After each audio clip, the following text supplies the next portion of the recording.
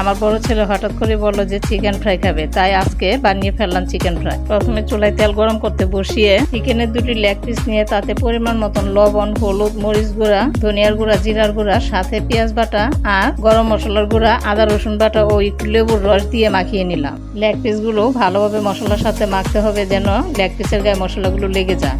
আর মাংস ভাজার সময় মাংসের মধ্যে 2-3টা ফালা করে নেবেন যেন ভাজার সময় তেল ও মশলা ভালোভাবে মাংসের ভিতরে ঢুকতে পারে।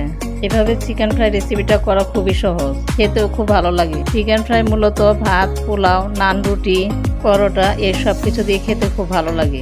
যারা মুরগির মাংস তরকারি পছন্দ করে না তাদের মধ্যে অনেকে চিকেন ফ্রাই খুবই পছন্দ করে, কারণ চিকেন ফ্রাইয়ের যে স্মেল তা সবারই খুবই ভালো লাগে। ভাজার সময় চুলার আঁচ বেশি বাড়িয়ে রাখবেন না, কারণ অতিরিক্ত আঁচে বাইরের অংশ বেশি ভাজা হয়ে যাবে এবং ভেতরের অংশ কাঁচা রয়ে যাবে। আমি ভাজার সময় 2-3 মিনিটের জন্য ঢেকে দিয়েছিলাম, কারণ এতে সময়টা কম লাগবে। ঢেকে রাখলে মূলত মাংস তাড়াতাড়ি সিদ্ধ হয়ে যায়। অল্প আছে মাংসগুলো ভাজতে সর্বোচ্চ 15 থেকে 20 মিনিট লাগতে পারে।